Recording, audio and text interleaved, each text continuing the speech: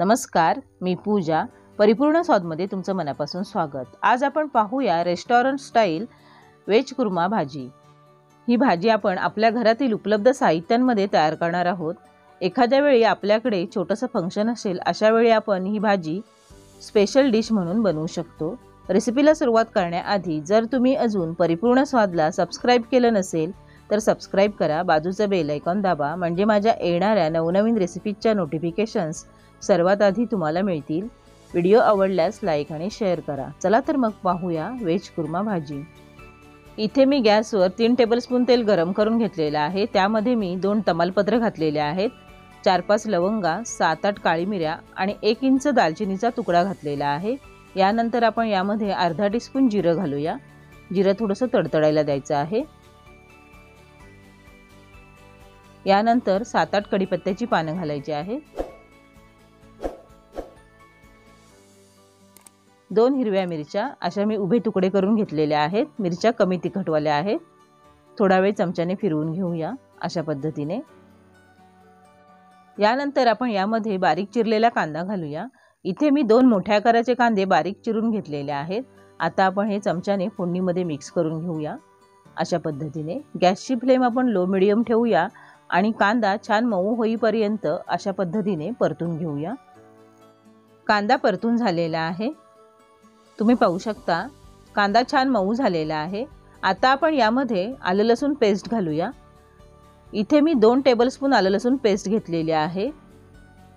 आलं लसूण पेस्ट मी मिक्सरमधून बारीक करून घेतलेली आहे. ती बारीक वाटली जावी म्हणून मी यात थोडंसं पाणी घातलेलं आहे, म्हणून ती थोडीशी पातळ दिसत आहे. आता आपण आलं लसूण पेस्ट या कांद्यामध्ये छान मिक्स करून घेऊया आणि गॅसची फ्लेम लो मिडियम ठेवून 2 ते 3 मिनिटं छान परतून घेऊया, म्हणजे आलं लसणाचा कच्चेपणा निघून जाईल. आलं लसूण परतून झाली की आपण यामध्ये टोमॅटो प्युरी घालूया. इथे मी 2 मोठ्या टोमॅटोंची प्युरी करून घेतलेली आहे. आता आपण चमच्याने या कांद्यामध्ये छान मिक्स करून घेऊया अशा पद्धतीने. टोमॅटो मी प्युरी करण्यासाठी कच्चेच वापरलेले आहेत.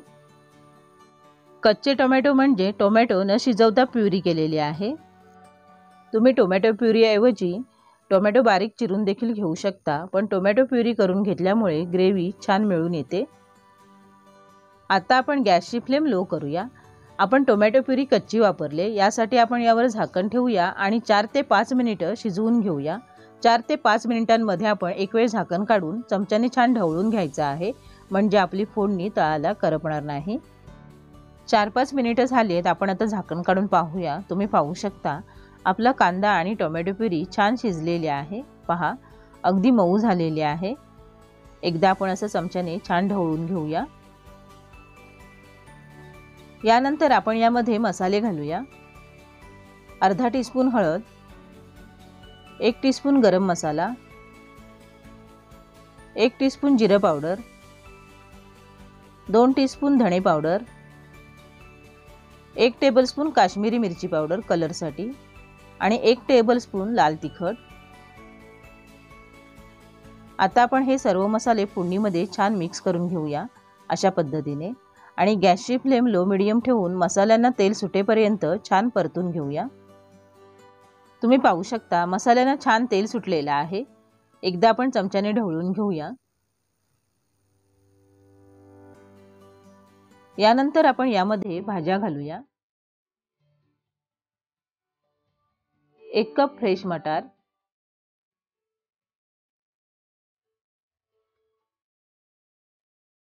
1/2 कप उभा चिरलेला गाजर, 1 कप फ्लॉवर,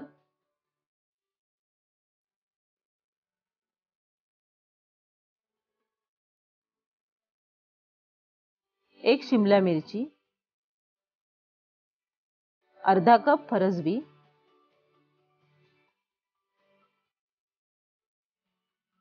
आता आपण ह्या सर्व भाज्या अशा पद्धतीने छान मिक्स करून घेऊया. भाज्या तुम्ही तुमच्या आवडीनुसार कमी जास्ती करू शकता. आता आपण या मसाल्यांमध्ये भाज्या छान मिक्स करून घेऊया अशा पद्धतीने. यानंतर आपण यामध्ये चवीनुसार मीठ घालूया. पुन्हा एकदा चमच्याने छान ढवळून घेऊया अशा पद्धतीने. सर्व मसाला भाज्यांना व्यवस्थित लागला पाहिजे। यानंतर आपण यामध्ये सर्व मिळून अर्धा कप पाणी घालूया। अशा पद्धतीने पाणी घातल्यानंतर पुन्हा एकदा चमच्याने छान ढवळून घेऊया। गरज वाटली तर आपण नंतर पाणी घालू शकतो। यानंतर आपण यामध्ये एक मोठ्या बटाट्याच्या फोडी घालूया। बटाटा काळा पडू नये म्हणून मी फोडी करून पाण्यामध्ये ठेवला होता। त्या एका बाजूला राहिल्यामुळे सुरुवातीला भाज्यांबरोबर बटाटा घालायचा राहून गेला, पण काहीच हरकत नाही, आपण अजून भाज्या शिजवून घेतलेल्या नाहीये। एकदा आपण पुन्हा चमच्याने अशा पद्धतीने छान ढवळून घेऊया। गॅसची फ्लेम मीडियम करूया आणि यावर झाकण ठेवून 5 ते 6 मिनिटं भाज्या छान शिजवून घेऊया। 5 ते 6 मिनिटांमध्ये आपण झाकण काढून भाज्या छान ढवळून घ्यायच्या आहेत, म्हणजे आपल्याला भाजीत किती पाणी आहे याचा अंदाज येईल आणि भाजी करपणार नाही। भाज्या शिजतायत तोपर्यंत आपण पुढची तयारी करूया। आपण कुर्म्यामध्ये काजू आणि खसखसची पेस्ट घालणार आहोत। त्यासाठी इथे मी 20 काजू अर्धा तास आधी पाण्यामध्ये भिजत ठेवलेले आहेत आणि 1 टेबलस्पून खसखस सुद्धा मी अर्धा तास आधी पाण्यामध्ये भिजत ठेवलेले आहे। आता आपण याची बारीक पेस्ट करून घेऊया। आता आपण भिजवलेले काजू या मिक्सरच्या भांड्यात काढून घेऊया। यानंतर भिजवलेली खसखस, आता आपण याची बारीक पेस्ट करून घेऊया। तुम्ही पाहू शकता मी काजू आणि खसखसची अशी बारीक पेस्ट करून घेतलेली आहे। आता आपण शिजत असलेल्या भाजीकडे वळूया। 5-6 मिनिटांनी आपण झाकण काढून पाहूया। तुम्ही पाहू शकता आपल्या भाजीला किती मस्त कलर आलेला आहे। एकदा आपण चमच्याने ढवळून घेऊया। भाज्या आपल्या अर्धवट शिजलेल्या आहेत।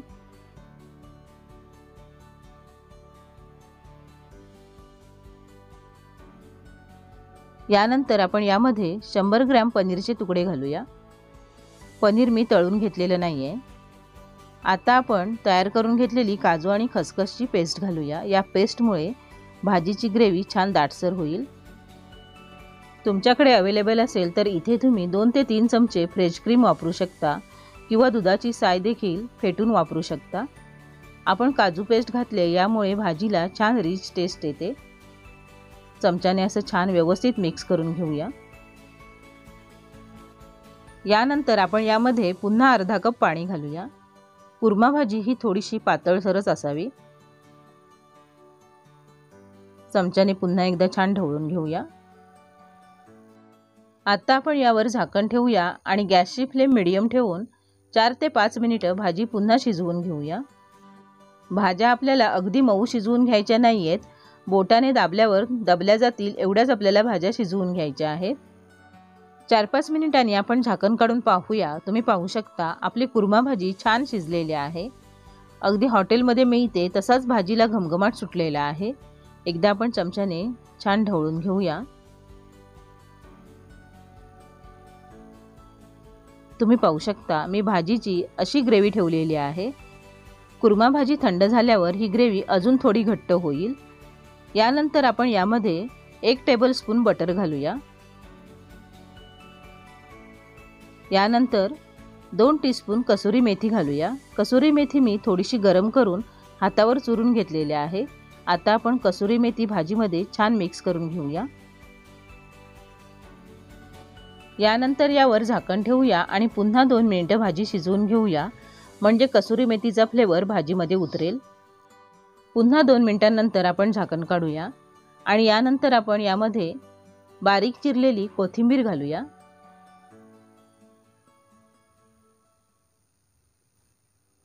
कोथिंबीर भाजीमध्ये चमच्याने छान मिक्स करून घेऊया। ही कुर्मा भाजी तुम्ही रोटी, नान किंवा पुरी बरोबर देखील खाऊ शकता। आता आपली भाजी तयार झालेली आहे। आपण आता गॅस बंद करूया आणि ही भाजी सर्विंग बोलमध्ये काढून घेऊया। तयार आहे आपली रेस्टॉरंट स्टाईल वेज कुर्मा भाजी। ही भाजी घरातील उपलब्ध साहित्यांमध्ये तयार होते, तितकीच ती चवीला छान लागते। अशाच पद्धतीने तुम्ही घरी नक्की करून पहा, तुम्हाला ती नक्कीच आवडेल आणि त्यानंतर मला तुमच्या प्रतिक्रिया कमेंट बॉक्समध्ये कळवायला अजिबात विसरू नका। माझ्या अशाच नवनवीन रेसिपीजसाठी परिपूर्ण स्वादला सबस्क्राईब करा, बाजूचा बेल आयकॉन दाबा, म्हणजे माझ्या येणाऱ्या नवनवीन रेसिपीजच्या नोटिफिकेशन्स सर्वात आधी तुम्हाला मिळतील। व्हिडिओ आवडल्यास लाईक आणि शेअर करा। पुन्हा भेटूया एका नवीन रेसिपीसोबत। पूर्ण व्हिडिओ पाहिल्याबद्दल धन्यवाद।